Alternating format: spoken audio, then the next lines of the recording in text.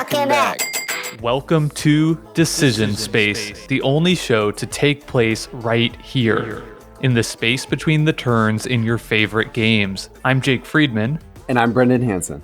And this is the podcast about decisions in games. Today, on the 101st episode of Decision Space, we are leading a session called Decision Space 101. Everything that you need to know to get into Decision Space. This episode, Jake and I decided to record as a gateway for new listeners, somewhere where you could point hopefully you're a new listener, to learn what Decision Space is, what we've been doing for the past 100 episodes, why we think our show stands aside as something really interesting and unique in the board game podcasting space. We want to get you up to speed. A lot has happened in the past 2 years, and we're going to reflect a little bit, but also help you find the best places to jump on the path and join us on this journey in Decision Space. And if you're a longtime listener, don't go anywhere. There's going to be lots of great discussion about some of the past episodes that we've done, and also a look back at some of the lenses we've created over the course of this project that will absolutely be relevant to you.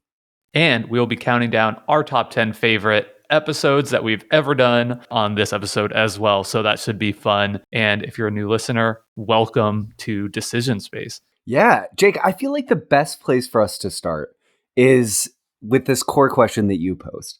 If someone reached out to you and said, Jake, I heard you have a podcast, or I heard about Decision Space, where should I start? What would you say? So this is actually a question that we get quite a bit in the Discord.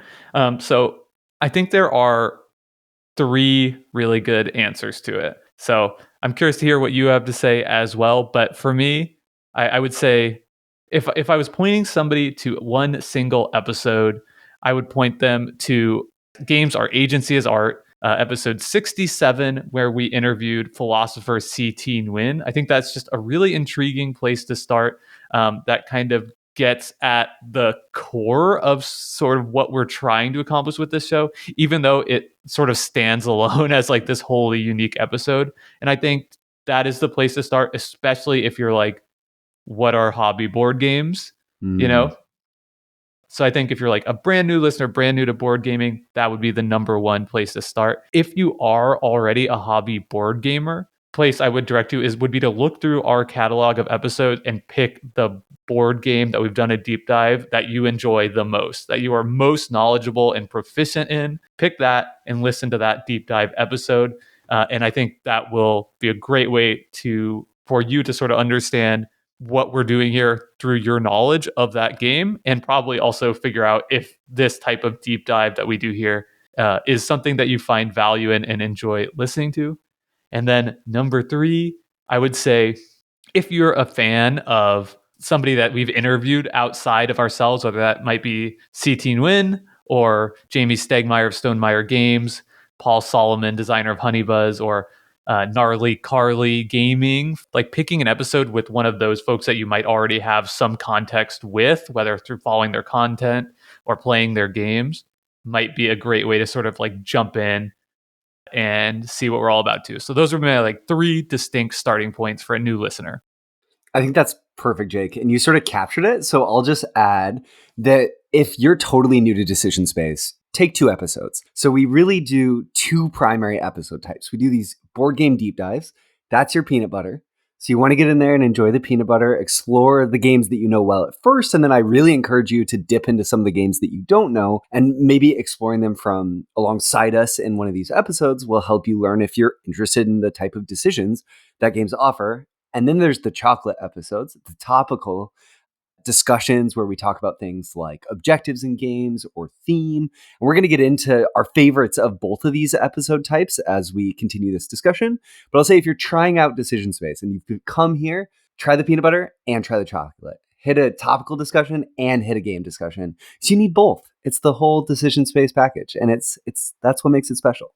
The last thing I would add to this prompt about where to start, and this coming from me as the one who does the editing on the show, is that I specifically got a new microphone that has really improved our audio quality. That was something I was able to purchase thanks to our Patreon supporters. So thank you so much for that.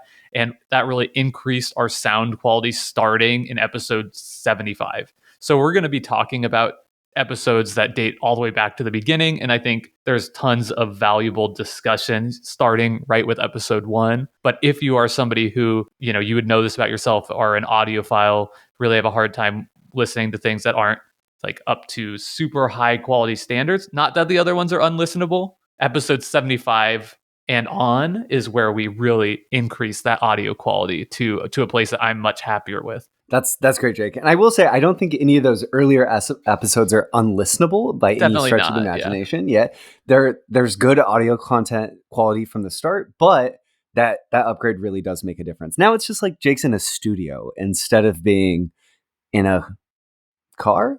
A little tinny, I don't know. Yeah, maybe in an apartment with a bathroom that Jake's hiding in.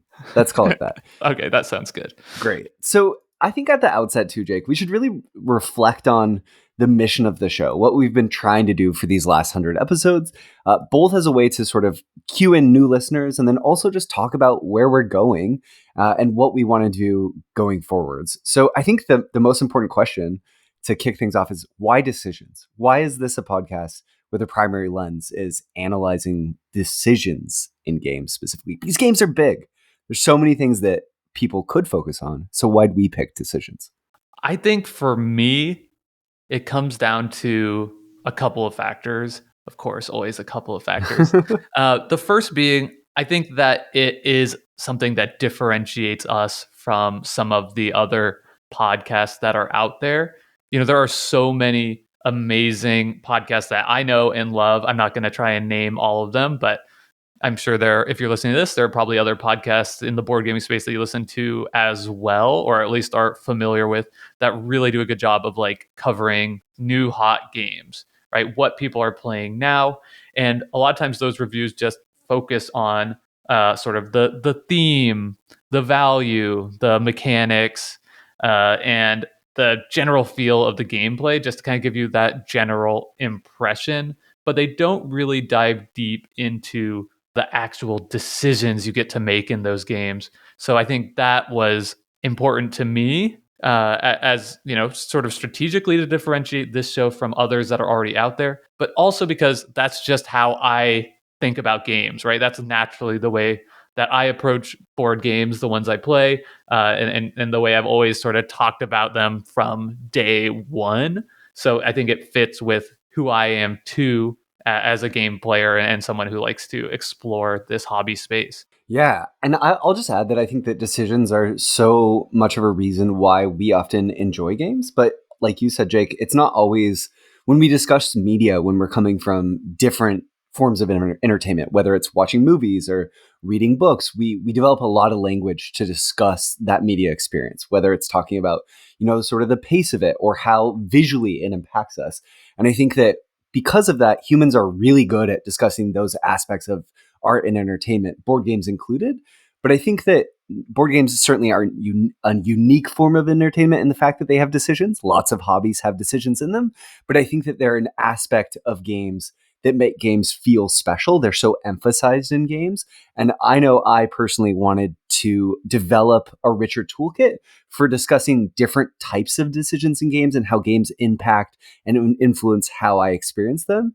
So that's just sort of like a lifelong quest that as a designer and game player and person who's interested in understanding games more because I love them so much, I wanted to do. So I wanted to go on that journey with you and all of our listeners because I think we can learn a lot about games and why we love them just by coming from that vantage point. And also the name of our podcast, Decision Space, is no accident. Not only is this literally a space that Brent and I get together to talk with you, listeners, about decisions in games, but also it's a term in the board game hobby that has been thrown around certainly since I've been in the hobby, but usually on other shows and other forms of board game media, you'll hear kind of phrases like, "Oh, that I love the decision space in this game," or "This game has a really rich decision space," or maybe a shallow one, which made me bounce off, or I bounced off the decision space without like a lot of exploration of like, okay, but what does that mean?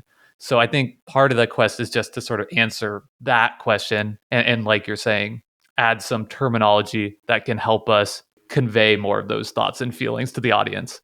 Totally. I think, Jake, it might be natural to state like 3 goals of the show that I have written down here. And then we can read a listener mail from a longtime listener.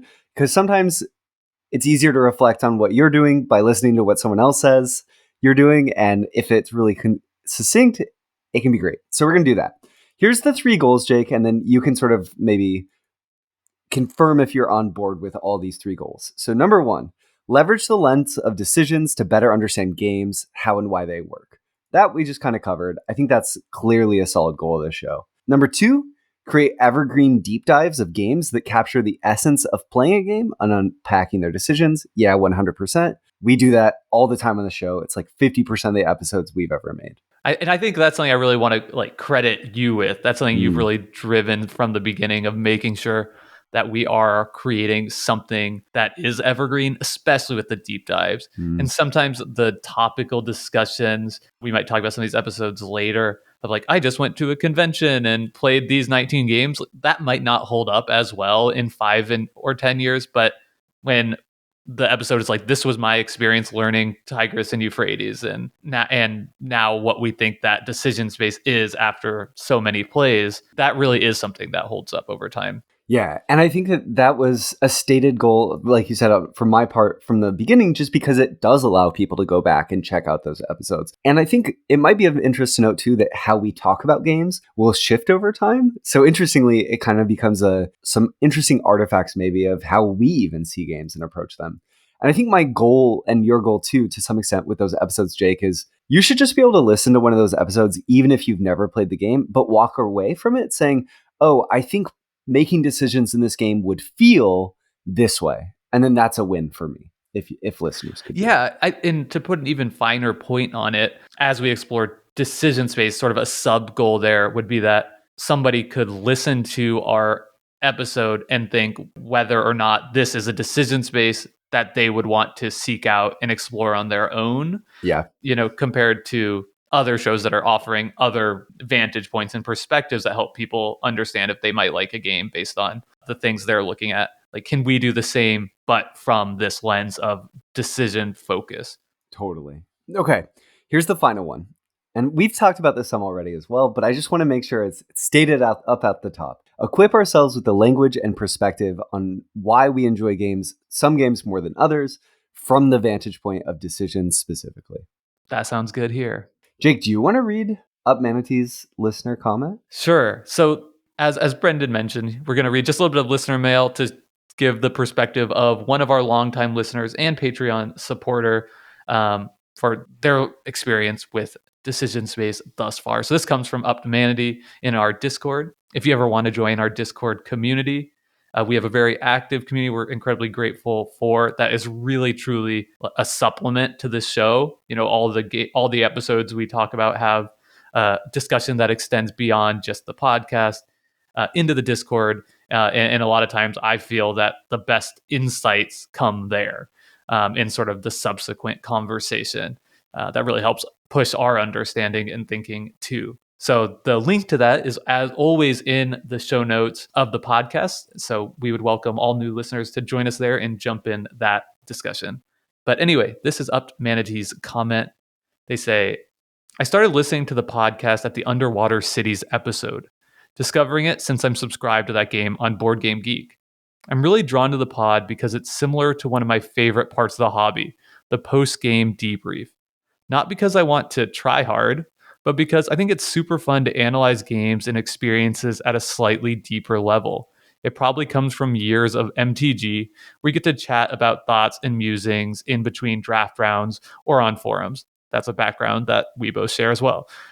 These kinds of chats, I feel, are somewhat difficult to find online for hobby board games because it a bit falls in between people enjoying just casually playing within their own groups / playing games only once or twice, and people that are way too into and tryharding the competitive mindset of a specific game. Bring it back to the pod. I still enjoy the discussions, even if it's not about a specific game or specifically the decision space of it. I just like the discussion going a bit deeper than the usual surface level reviewy stuff that is on most other podcasts. I've really liked your lenses and other non-game related episodes. Those are also some of the post-game discussions that I have on game nights when the conversation drifts away from the game we played, sometimes because we springboard from that discussion into a larger topic, like about a mechanism or some other phenomena that was relevant to the night's game. Jake, thank you for reading all that. And Up Manatee, thanks for so succinctly saying what, sort of capturing what we're trying to get at. And I just want to highlight, in the intro to the show, Jake, we always say, welcome to Decision Space, the only show to take place right here in the space between the turns of your favorite games. And I think this comment from Up Manatee sort of gets at what we're trying to get at with that intro, which is that this is really supposed to be something like a deeper reflection on the games we play together. And an opportunity for us all to sort of play games together via the Discord, like you said, Jake, and just to kind of take it one step further than we normally would and help each other figure out how to. Yes, it's that, and it's like literally that experience you have when you're playing a game, right? And you're thinking about what do I do now? And it's where your brain travels to, right? Totally. That is the decision space. And like that is the core of what we're trying to pull apart and understand. Yeah, that sensation of going deeper. Totally. Jake, I think that's a really good intro to what the show is and what we're trying to do and what we offer listeners and maybe what we offer that's a bit different than some of the other board game media content out there. Maybe now would be the best time to get into this list of the top 10 Touchstone episodes, episodes that we're proud of and we think make for good starting places. But I know before we do that, Jake and I each have two honorable mentions of episodes that we really enjoyed that we would recommend listening to, but maybe don't quite fit into that succinct list of top 10. And I will say, if we cover one of the episodes in which we talk about those lenses, the language we've developed to look at to discuss decision spaces, we'll sort of dwell on that and discuss how we feel about those lenses now and maybe detail them a little bit in short so you can you can decide if maybe that would be of interest to you. Sounds great.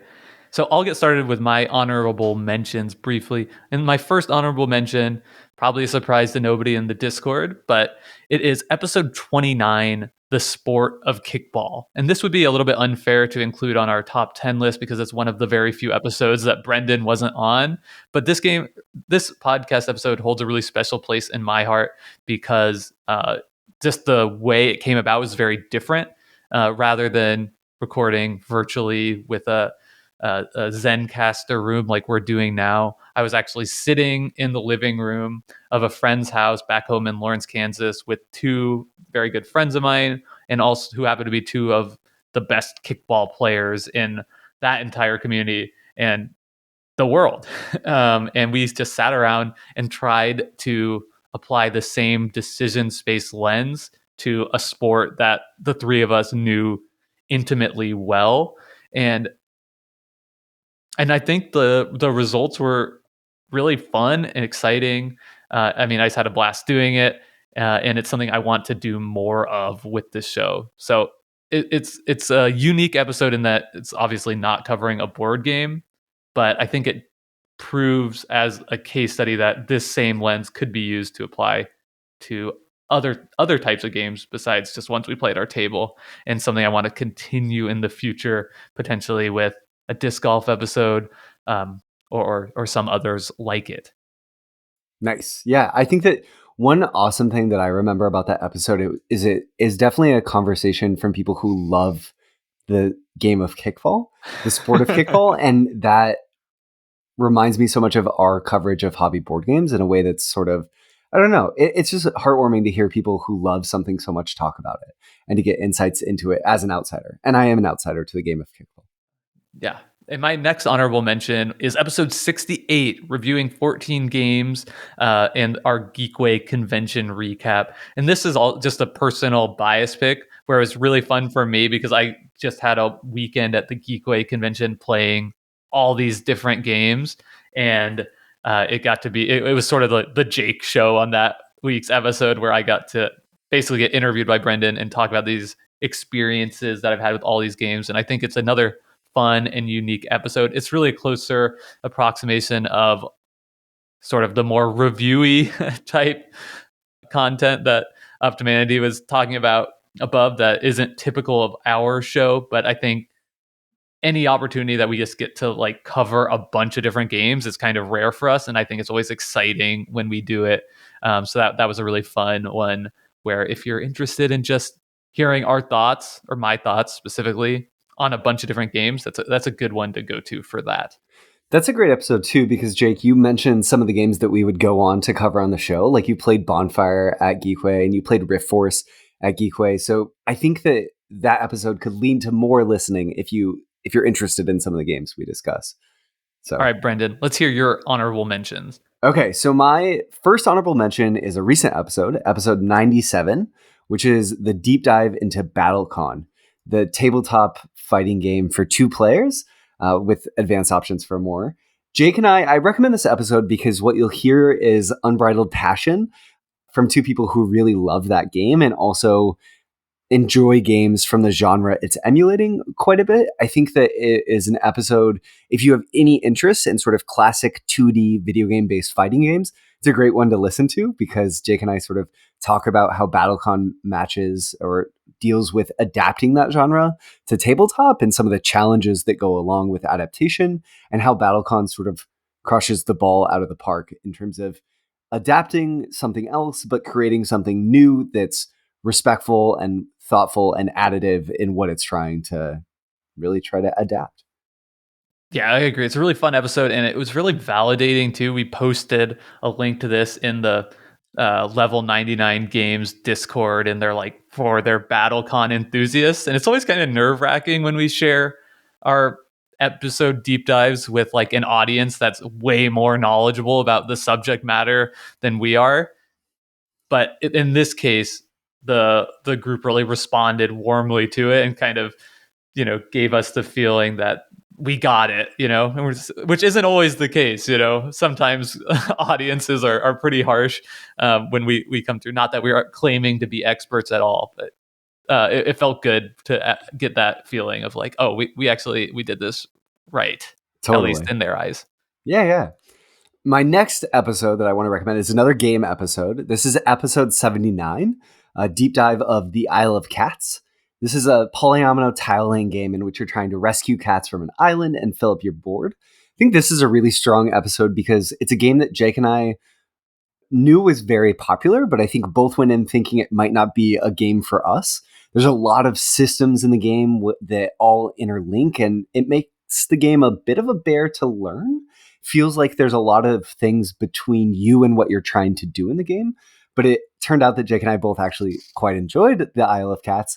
And it also gave way for a discussion of a new sort of lens that we brought into the show, which is this discussion of mechanical artifice, which is Yeah, why don't you just define it real quick? yeah, essentially, mechanical artifice is Jake's laughing because we have a whole episode dedicated to this topic and trying to get to the bottom of what this feeling is. We do not. We do, don't we? I don't know. We do. Well, we do have an episode. I'm saying we do not get to the bottom of it. Oh, yeah, we do not get to the bottom of it. We Yeah. do have an episode. Yeah, Yes. It's a great conversation. That's right. I agree. Mechanical artifice, though, is essentially whenever you have multiple systems interacting with each other within a game. So it creates space between you and what you're trying to accomplish in the game, such that you have to interact with one system to interact with the next, which adds this different kind of complexity than if you have lots of adjacent systems where you don't have to go through one to get to the other. In the Isle of Cats, that ends up being you have to draft and then collect fish that you use to attract cats, but you have to have baskets to put those cats into once you pay with fish, and there's 2 different places to take cats from. It adds a lot of complexity in this specific type, and that conversation ended up being sort of a brainstorm jumping off point in addition to the deep dive. So it's a great one. Yeah, and Isle of Cats, if you're familiar with this game, is such an excellent example for mechanical artifice because in the episode we just talk about the main game, but I've since played the family version of the game, which is literally just Isle of Cats without mechanical artifice. So you can literally, with the one game, you would get both versions, and it's such a clear idea of like what mechanical artifice is or can be. We said too, Jake, that we'd reflect on the lenses a little bit as they come up in discussing episodes, and I know that will come up a lot more in the top 10. But where are you sort of at, I guess, really quickly with mechanical artifice? Like, do you think it's a rich term that you'll keep going back to? Do you think about it when you play games? That's a tough question. I think it's definitely one that we need to continue to work on to get like a real concrete definition, because I think like what you said makes sense, but it has this challenge where if you're actually trying to define mechanical artifice, where every game is like, okay, the goal is to score points, and everything in between you and getting Yep. points can be considered mechanical artifice. So like, where do you draw the line with it? And I think that's where we need to like figure out like an intuitive way that we can say like, getting the cat onto the boat isn't the mechanical artifice, even though that is something that also leads to eventual points. It's like the stuff in between the cat on the boat, but not everything. So I think that's the challenge there, and why people, I think, had a really difficult time sort of like understanding and coming to a consensus about how helpful this is or not. I think, and for me, I keep going back to thinking about that episode. There was a ton of discussion after the fact on discussing mechanical artifice in that episode specifically. I wish I had the episode number handy, but I don't. You'll have to look for it on our website or a quick Google search. But I think for me, that's a really fun knot to keep trying to unpick and thinking about why some games, their complexity feels different in nature than others. And the ways in which systems can interact to create sort of additive complexity, where each system on its own feels rather simple, but combined, there's sort of this amplified effect that makes the puzzle more precarious to navigate. And I think I'm really interested in that from a design perspective and understanding how that as a tool can be used to create richer puzzles, but done so in a way that don't make them too opaque in nature, where players can't approach them as they're learning and feel a little bit lost in navigating the decisions initially. I did look it up. So if you're interested in hearing more thoughts on mechanical artifice, that would be episode 84. Nice. Brendan, what do you Thanks, say Jake. we use the last 30 minutes of this episode to get to our top 10 Touchstone episodes that we recommend people check out if you're new to Decision Space, or perhaps aren't new but haven't yet heard all of these? I think that would be perfect. Okay. That's a sort of, maybe we'll intersperse them some, Jake. They're listed on our screen, sort of all topical first. And I think that I want to slide in and start with some game episodes and kind of slice them in for the sake of the discussion. So, Sure. And this is not in order, right? Yep. These are just 10 Touchstone episodes. Exactly. So episode in 57 was an episode on a game called Broom Service. It is a deep dive, and Broom Service, I recommend this episode, and Jake does as well, because it is one of Jake and I's absolute favorite games. Broom Service has a pretty unique decision space, and it offers a unique template for making decisions within the game because all the players share these cards with actions on them. But essentially, if someone goes first and they try to take an action, if a player following them behind them in turn order would play that action, if they choose to be brave and get a stronger action, but someone behind them plays that same action, they're going to lose their action completely. So it creates a lot of tension and exciting moments as players try to guess what their opponents will do and plan around that. At higher player counts, this game can be a little bit zany while still having the strong underpinning of strategic Euro, what do I want to say? Robustness. It just feels like a very fair and well-structured game. And at two players, it feels this incisive knife fight as you try to get inside each other's brain with a scalpel, figure out what they're going to do, and stop their plans from ever happening in the first place. Yeah. I think it's a great deep dive to highlight because unlike some of the other games that are more just like traditional efficiency Euros, which I don't say dismissively, that's my favorite genre of game, is Broom Service like really plays with like the psychological aspect of like knowing yourself, knowing your opponent, and kind of gets into this donkey space, which is when like I know that you know that I know, right? It's like, okay, clearly you're trying to get to the mountains. It's obvious that like you're going there, but like because I know that and you know that I know that, maybe you don't take the mountain witch card to do that. And a lot of games I think like profess to have this sort of gambit going on, but don't actually leverage it in such a satisfying and fun way. And Broom Service is just like one of the best examples of like really getting in there and enjoying that sort of experience with friends around the table. So that was episode 57 on Broom Service. Yeah. So the next one we have listed in our top 10 Touchstone episodes is one that I think is like mandatory listening if you want to get into this show, because it's something that we of all the lenses, I think it's the one that we use the most in each subsequent deep dive episodes. And this is episode 12, a new way to talk about games. And this is where we kind of really put together the framework for different types of decision spaces that we now always try and characterize in each subsequent game deep dive. Yeah, so this episode was really exciting because Jake and I sort of started this project and we knew that we wanted to change the way that we think about decisions in games. And one thing that I think we quickly realized is that all games have different shapes of decision spaces, right? There's some where your decisions, you're offered relative few options at the start, and then they grow precipitously. Engine building games often take this form, and those games end up having this sort of overall waxing arc where over the course of the game, the decision space is growing and growing and growing. And then there's sort of the opposite of that. There's waning decision space games where the board will start really open and you have lots of options in front of you. And oftentimes, as those games go on, your options reduce and reduce and reduce. And oftentimes, the final turn of the game might be the one in which a player runs out of decisions at all. And then we talk about dynamic decision spaces and static decision spaces and try to sort of fit as many different types of decision spaces into those 4 buckets as we can. If you're interested in the pre-episode, we talk about in the Welcome to episode, which is a really good one. You hear some of the inner workings of that, those ideas sort of coming to take form that we then summarize in this episode, which is episode 12. Like you said, Jake, I think this is a really important sort of framework for us and thinking about it. And we've both realized the ways in which these different types of decision spaces really affect how they feel.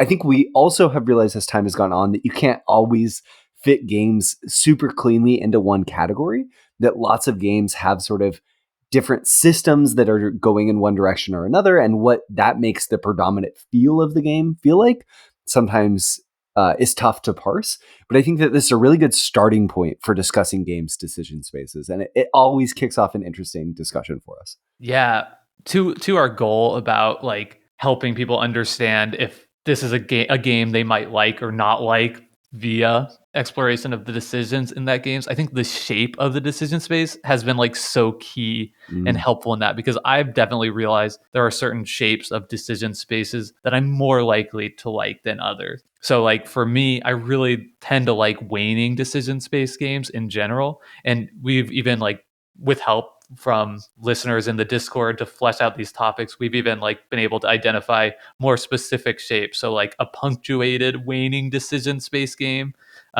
maybe more on that in just a second.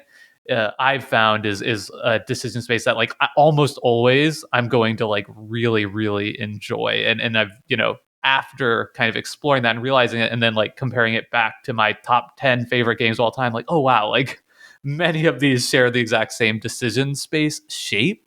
So I just think that's helpful. And I really want to credit you again for sort of leading the creation of this framework, because I really feel like doing this show, right, we want to put out something that people enjoy, and that's like a contribution. But like, I think this sort of framework really felt new. And when we did this in episode 12, I was like, okay, wow, that really feels like a contribution to the hobby and the type of discussion that can take place. And I don't, that's not something I would say lightly. Thank you, Jake. And I think that for me, this is what sort of emphasizes what you just said, is it kind of changed the whole way that I just look at games and think about games generally. And it's sort of fun from a design perspective also to think about, okay, this game has a waning decision space. That means the end of this game is going to be particularly tense. Maybe what can I do to sort of emphasize that tenseness? Or maybe I want to create a waning decision space that feels less tense. How can I go about doing that?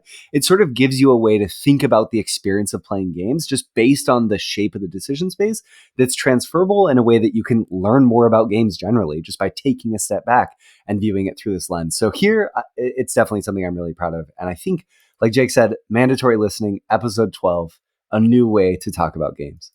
And that's our earliest top 10 recommend. So, yeah. So you can skip 1 through 11. No doubt. Yeah. The next one up is episode 47. And this is going to be a continuation of that last discussion. In episode 47, we discuss Azul as a deep dive feature review. And what we really, I think the key learning and takeaway from this episode that the reason it's appearing on this list and something that we've thought about moving forward is that there can be such thing as like a twin decision space, and often in games that otherwise seem very dissimilar. So in this episode, we sort of pose the question that, like, does Azul have the same type of decision space as the Castles of Burgundy, another sort of famed game that I think most people wouldn't really categorize as the same thing. But I think we come up with like a really compelling case that both of these share that punctuated waning decision space, which now I can define as a waning decision space where your options shrink down, but then are refilled at specific points in the game. So in both Azul and Castles of Burgundy, you will have a bunch of tiles come out at the beginning of a round. They will all be dispersed among players. And then at the beginning of a new round, at a punctuated moment, all the tiles are refilled. And then you play that waning game down again. And yeah, I think to me, that was like a pretty crazy revelation and really got me thinking about like what are some of the other games that might share this shape, and do I like those? And I found out, yes, in fact, like it turns out Bruges, another one of my favorite games, also shares that exact same shape.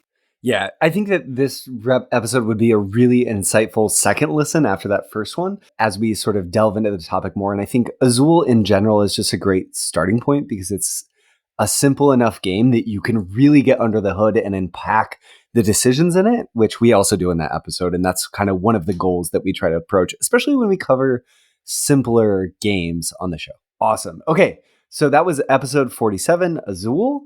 The next episode on our list is another topical discussion, which we always call these episodes What We Talk About. So you'll hear that come up a little bit. But this is episode 36, A New Way to Talk About Theme. This episode was created in response to this feeling and sensation and this conversation that I've seen come up in board games for almost forever, since I've been in the hobby at least, which is that some people find games by this designer, Renature really thematic. They say like, oh my gosh, this game just feels so thematic to me. And other people will always invariably come into this conversation and say, what are you talking about? His games are themeless. There's no theme here whatsoever. And Jake and I wanted to sort of unpack why that is. How could two people play the same game and one person saying, this is a thematic win, I feel like this is such a thematic experience, and someone else say, what are you talking about? There's just no theme here. It's clearly abstract in nature. So in this episode, we had a lot of discussions around this, both Jake and I together with members of our Discord community. And we sort of broke down that there's really three primary ways, three types of theming in games, and ways that games can express their theme. There's environmental theming, which is sort of all of the ways in which the game's presentation conveys its theme. It's the setting would be included in this also. Like, some people will say, what is the theme of the game? Oh, its theme is space. I think what they're actually talking about is the environmental theming of the game and the setting. The art, assets. And I think, traditionally, I think this is when people just say board game theme, this is what they're thinking about. They're kind of getting at. Yeah. Yeah. Then that would be my guess anyway. I think so too. Then there's the mechanical theming. Basically, how do the mechanics of the game evoke particular feelings and make you feel what you feel within the game? So games that have strong mechanical feeling oftentimes convey a particular perspective through literally the mechanics themselves. And then finally, there's what we call in the episode decisional theming, and what we've now started to call this a little bit more, or the agental feeling. So how much do making decisions within the game make you feel like what is being portrayed is actually happening? So this is sort of the type of theming where in a lot of Reiner Knizia's games, where people will say Tigers and Euphrates isn't a thematic game, it's an abstract game. There's no theme there. And other people will say, no, it's so thematic. You get to see the rise and fall of civilizations. Maybe Tigris isn't the best example because I don't know how much you feel like a leader in that game, but you definitely feel that you are contributing to the rise and fall of these little simulated civilizations, across the Fertile Crescent. Yeah, exactly. And the way I think we put it on the episode that I really like would be environmental theming is like, does it look like farming? Mechanical theming is like, are the mechanics related to farming, right? Are you planting crops, are harvesting crops, trading crops? And then agental theme would be, do I feel like a farmer Yeah, when I'm great. playing this game? Totally. So that's episode 36, a new way to talk about theme, one that will definitely give you food for thought about how games express what they're about through what they are. Yeah, and we don't really talk about theme much in most of our deep dives just because of our lens, right? We're Yeah. focusing specifically on decisions in games, so it doesn't always make a ton of sense, or there's not like necessarily like an easy smooth transition to theme all the time. And just saying like, now we're going to talk about, feels like, right, that is a little bit straying away from like our mission with this show. But having said that, like, I wish we could find a way to like incorporate this discussion maybe a little bit more in some of our deep dives, Mhm. because the more I play games, the more I realize, even the environmental theme, like the art assets of a game, can be just so important in putting you in this like mental space, like, how much the art feels like space and farming or whatever. Like, does that change the way you enter decision space and think through those decisions? I think it does. Yeah. I think that that's a really good goal for the next 100 episodes, integrating that a bit more. And maybe we can specifically do that in our next deep dive episode, which we'll talk about what game that's going to be at the end of the show. But our next game here, actually, Jake, I sort of introed the last one. Do you want to intro this one? We're on to episode number 58, a new way to talk about objectives in games. So, this is another What We Talk About episode. And I think you can kind of get clued into, like, if we say, like, a new way to talk about something in one of our episode titles, we probably think it's important because we probably think that it is working towards our goal of, like, equipping ourselves with language to better convey ideas about decision space, ideas about decisions in games and board gaming in general. And in this one, we are talking about the way board games can use objectives to change a decision space. And we identify three different types of objectives. One would be solitary, a single objective that players are trying to achieve to win the race, for example. Be the first to cross the finish line, be the first to 20 points.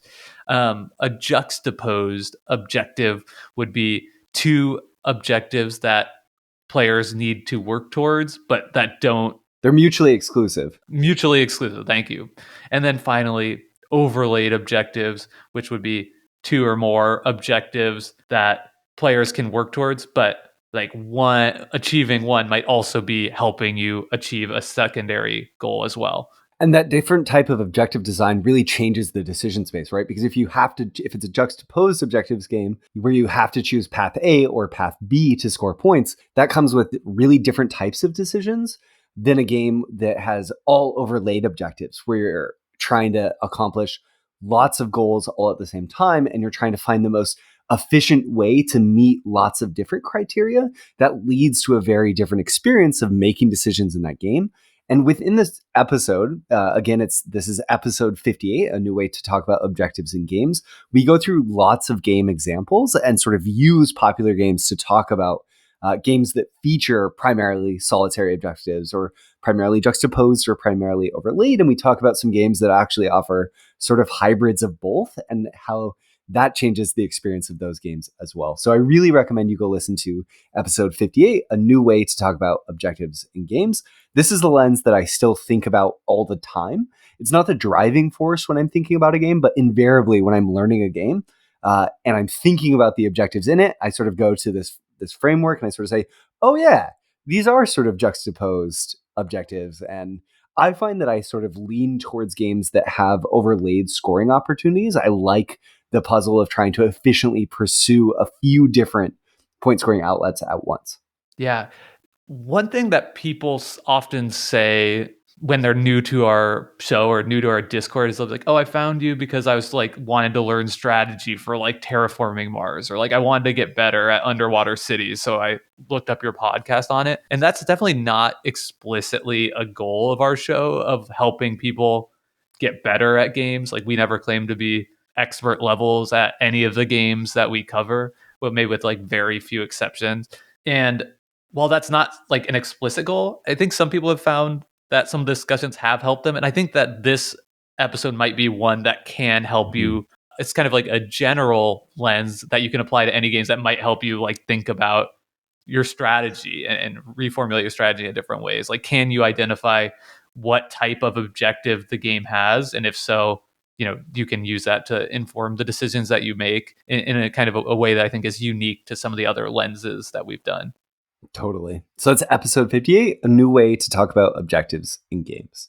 The next episode that we want to point you to, Jake has already mentioned. That's episode 67, Games Agency as Art, a new way to talk about games with C.T. Wynn. So C.T. Wynn is a philosopher who writes about games, about society, about incentives, about gamification, and I think a little bit about trust, which is sort of interesting. But specifically, this episode jumps off on his book specifically, which is called Games Agency as Art, the thesis of which are that games are a unique type of human art. And what is unique about it is that we experience different types of agencies through the play of games. This ends up being a deep, sweeping, and I would say energetic conversation on that idea and a lot of others, with mostly not us talking, but C.T. Wynn. Which is great because he's eloquent, interesting, and there's so many different ways in which that conversation runs that will make you think about games at a deeper, more interesting level. So that's a huge recommend from me. Yeah, definitely. And it's funny because it's the one I recommend to people in my life who I know aren't necessarily like hobby board gamers the most, because I think it's like just a really fascinating lecture. But it's funny because like I don't think I like talk until like 10 minutes into the episode. I can like finally get a word in edgewise. So it truly is Dr. Wynn lecturing. I think it feels like that type of lecture, but like this is not, I don't want to like scare anybody away. Like, oh, I don't want like a professorial lecture. It is not like that. It's, I guess we could say it is the only episode that we've ever had to put a language disclaimer on. That's at true. The front of. It's basically exactly what you just said, except the lecture's happening at your board game table. Exactly. Yeah. With your friend who's like way smarter than you. 100%. So that's episode 67, Games Agency as Art, a new way to talk about games with C.T. Wynn. All right, this next one is kind of a cheat because it's episode 62 and 63. And this is the first and only two-part game deep dive that we've ever done. And that was on Tigris and Euphrates, the legendary game by Dr. Renature Knizia. One of the interesting things about this episode is it was not planned as a two-part episode. Yeah. We did our original episode as we always do, and I think left both us feeling slightly dissatisfied with kind of how far we were able to get with this game that just offers so much depth. Actually, somebody just commented hilariously in our Discord recently, like, I just finished 30 games of Tigris and Euphrates. Like, when will I understand what's going on?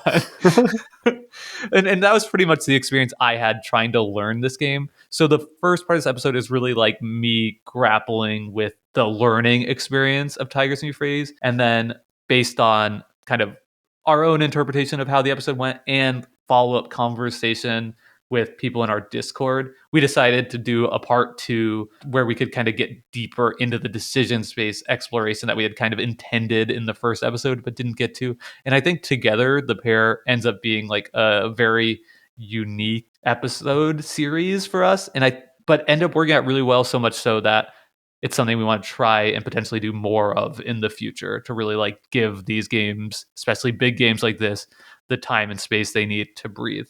Tigris and Euphrates was the number one game on Board Game Geek for a really long time, and it has fallen quite a bit, but it has this sort of legendary place in the hobby.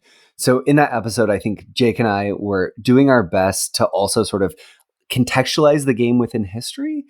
So at the start, I did a bunch of research about Renature Knizia, the development of this game, and the background and how it sort of came to be. So we talk about that history.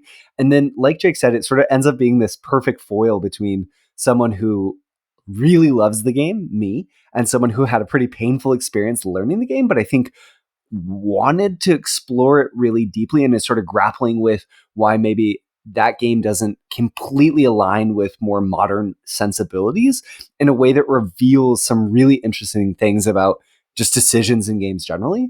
So if you're a Renature Knizia fan, listen. If you're a Tigris and Euphrates fan, definitely listen. And even if you don't have much of an interest in Renature Knizia or Tigris and Euphrates, I think listening to this episode might help you understand more why. Yeah, or maybe if you played it once and you're like, I don't like this at all, and Yeah, you're looking for an explanation for why you feel that way when so many people think this is the greatest game of all time or near it, I think that you would also find a lot totally. to you can kind of commiserate with me in that first episode especially. So those are episodes 62 and 63, Tigris and Euphrates. So the next episode that we recommend, and there's three more, the final two are kind of a pair, but this next one is episode 74, Depth and Size in Board Games, what we talk about.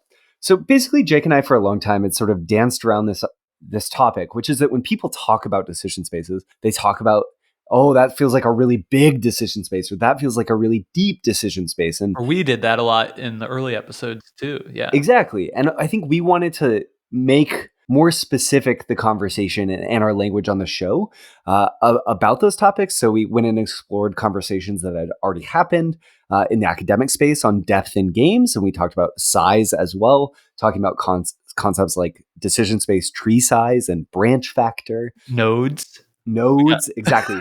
We really dive into sort of, people will talk about decision trees. This is the episode where we speak to that a little bit more directly on the show. I don't think we always want to take the show in that direction, but this is an episode where we really grapple with that. And I think the conversations on depth, especially, are really interesting and why that's a very different thing than having a big decision space or a small decision space and what sets deep games apart. Yeah, I think you're right. Speaking to the beginning of the show, right? We're talking about like there's a lot of like kind of like nebulous terminology thrown around when people speak to decision space.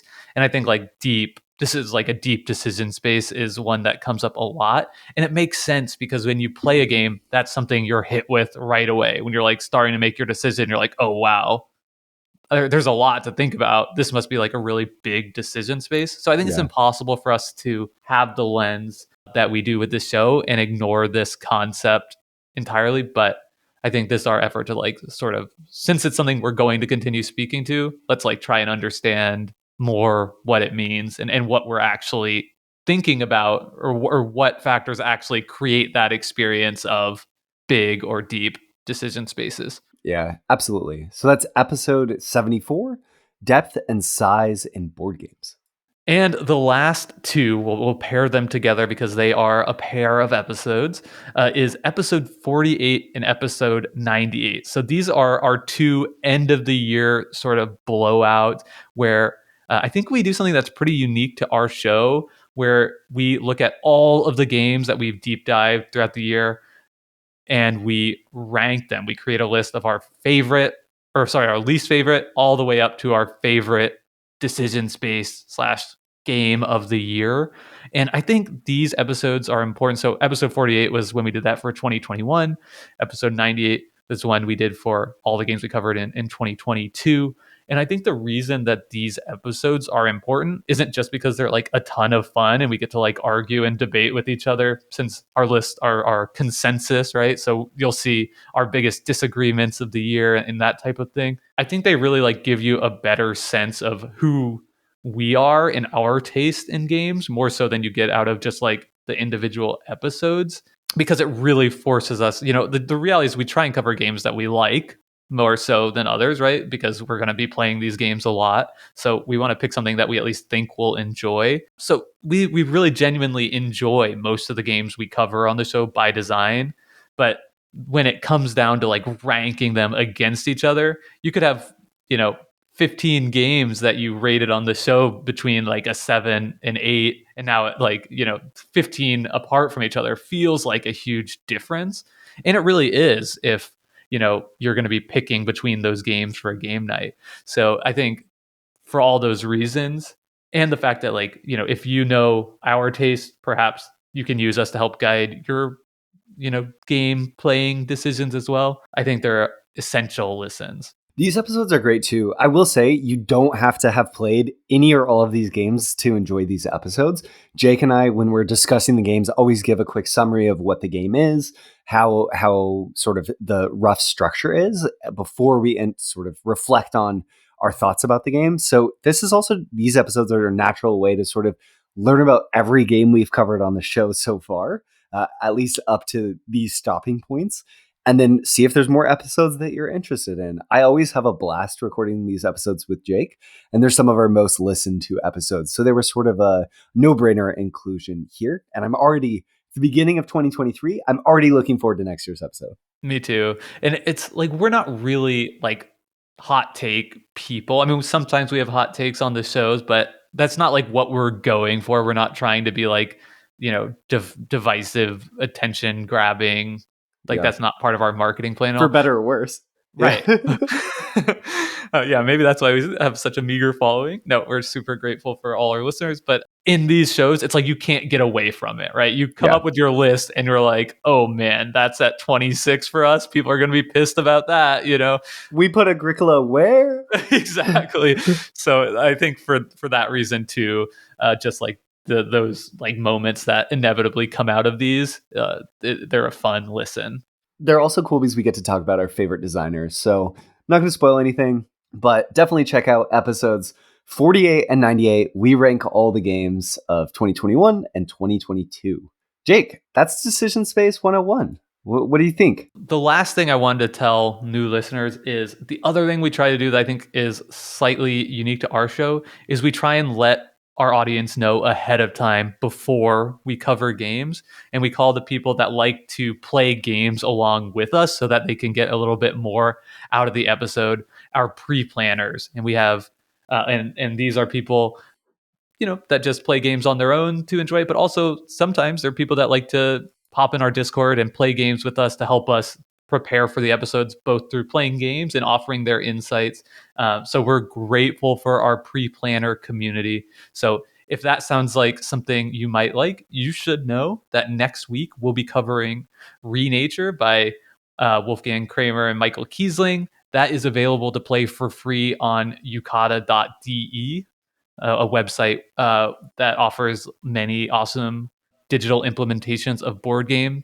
Following that, we will be covering Coloretto in a couple of weeks beyond that. And then beyond that, we'll be covering Barrage. And Coloretto and Barrage are both available on Board Game Arena. I'm not sure if they're premium games or not, but you can find them there. And you can certainly find people to play all of those with in the Decision Space Discord. And Barrage will be, there's going to be lots of topical episodes interspersed. So we're going to give a lot of time for people to learn and pre-plan Barrage with us.